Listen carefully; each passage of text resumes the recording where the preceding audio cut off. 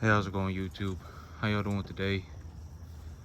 These animals, as of right now, are only getting 10 buckets of grain in the morning and then 11 buckets in the evening. I changed up the permanent plan to that. They seem to be doing just fine on it. I am seeing reduction, just a slight reduction in the amount of bloat these animals got.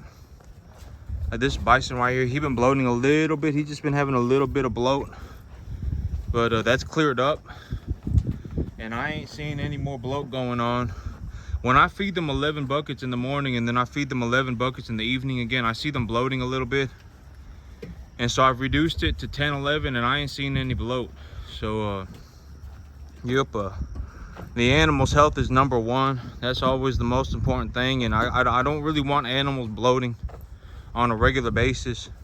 Even if it's just a small amount of bloat, I don't want it happening. And so, I've reduced their feed permanently as of right now. These animals are going to market here in less than 2 weeks. So, it is what it is, right? They're probably gonna get this. Maybe I'll give them one big meal a week or something, but I'll figure it out. But as of right now, the bloat problems are solved. You can see this guy right here, zero bloat on him. The red steers, I've been having a little bit of bloat on the red steers. I don't have any bloat on them anymore. So I've had them on this 10, 11 since yesterday. 10 buckets in the morning, 11 buckets in the evening, and they've completely just stopped bloating. So but this is the big black heifer. She hasn't gone into heat yet, so she's gonna be very large. Once these animals go to market, I'm gonna open up some new credit lines, and then I'm gonna go and get #1 graded cattle. So when I say #1 graded cattle, what I mean is that somebody, I think it's from the USDA or somebody, I don't know exactly, but I know that USDA has grades #1, #1.5, 2, etc., 3. It even goes up to a 3, right? And #1 is the highest quality beef animal. So #1 is the highest quality beef animal rating. So if they're a #1, they're on the top of the list in terms of quality of beef animal. If they're a #1.5, they're still pretty good. They're still in that top grade. And then starting at about a #2, the quality of the animal becomes a plainer animal, and the quality of the animal begins to fall. And so when I say that I'm looking for #1 graded animal, what I'm looking for is these animals are going to be graded by a third party. So they're not going to have any affiliation to me or anything like that. And so it's going to be someone completely doing their own separate thing, grading these animals. They're going to say this is a #1 graded animal, and I'm going to say okay, and then they're going to write it down on a sheet of paper. They're going to say these are #1 graded animals, and this whole group of animals are #1 graded. So when I walk into that sale barn, or when the day before, before the sale happens, if I'm sitting there on my computer and I'm looking through the sales sheet, I can look through the sales sheet and find the lot numbers and write the lot numbers down for the #1 graded animals, and also write down the market price on them as of right now. So the amount of money that I'd be willing to pay, I'd also write that down. And okay, so these sale barns, right? Running cattle is one of the hardest businesses on the planet. A lot of people, when they talk about farming, they don't say good things about farming. They say, oh man, I lost a lot of money. Oh man, I tried, and then I just lost a bunch of money. That most people, when they talk about farming, that's how it goes. There are very, very, very, very few people who say I'm a farmer and I make a lot of money. It almost just does not happen. And so like when I go to a sale barn, right? When I go to a sale barn and they got 7,000 graded cattle, so they got 7,000 cattle. They got groups graded from #1, #1.5, crossbreed, all that kind of stuff. They got them all graded out and everything, and they got them all put together.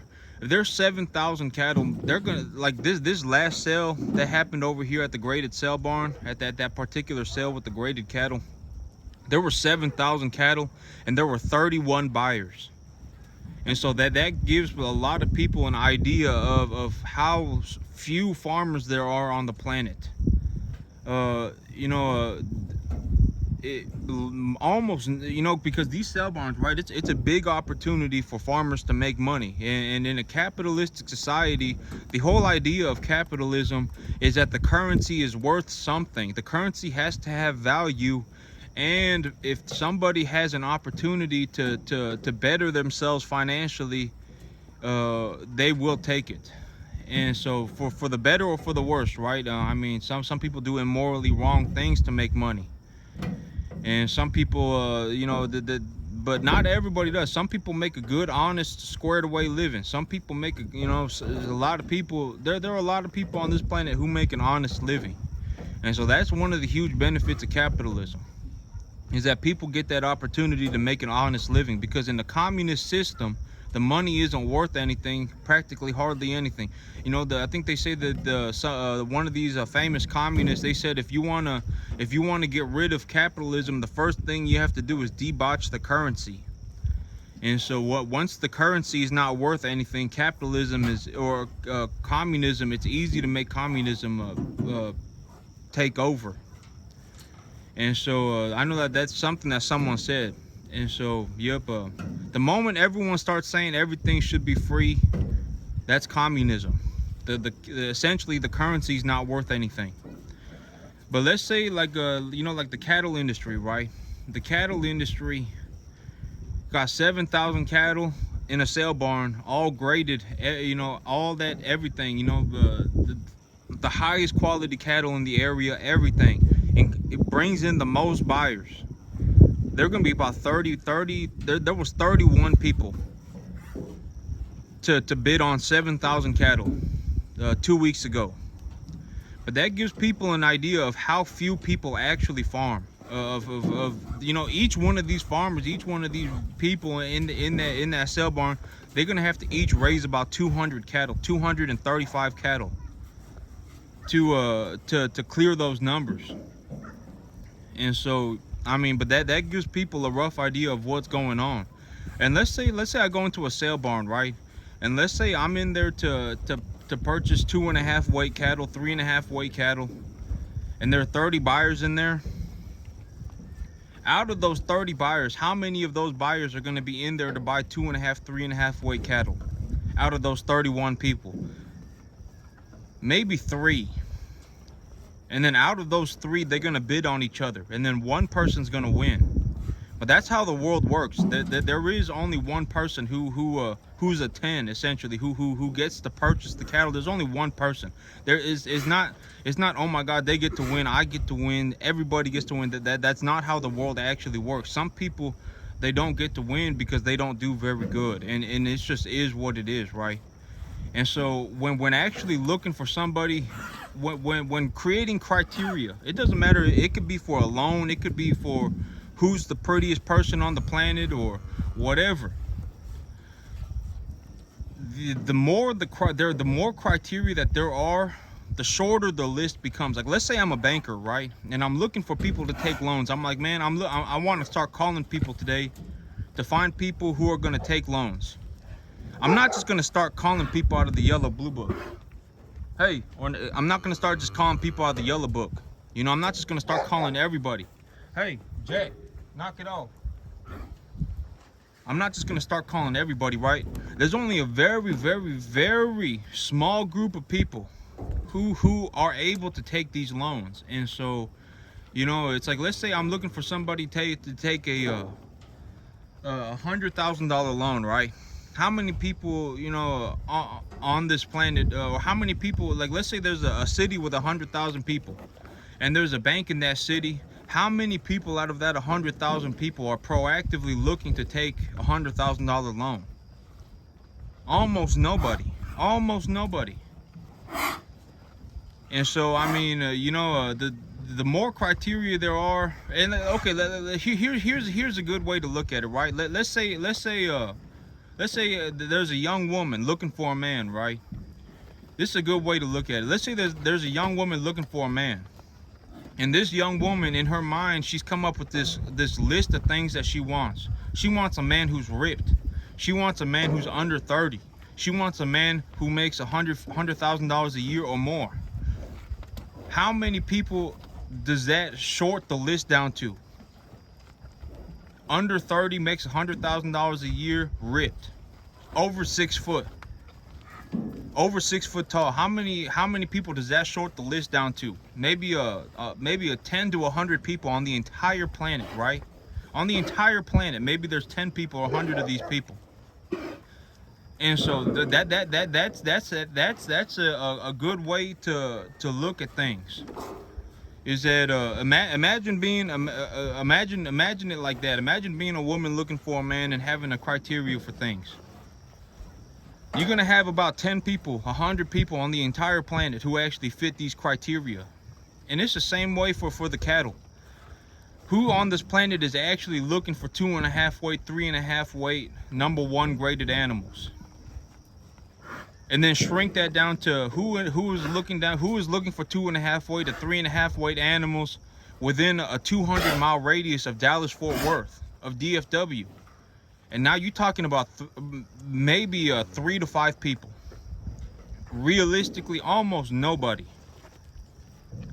But I mean, one of the big reasons for that is because farming is such a difficult line of work, and almost nobody wants to go and be a farmer.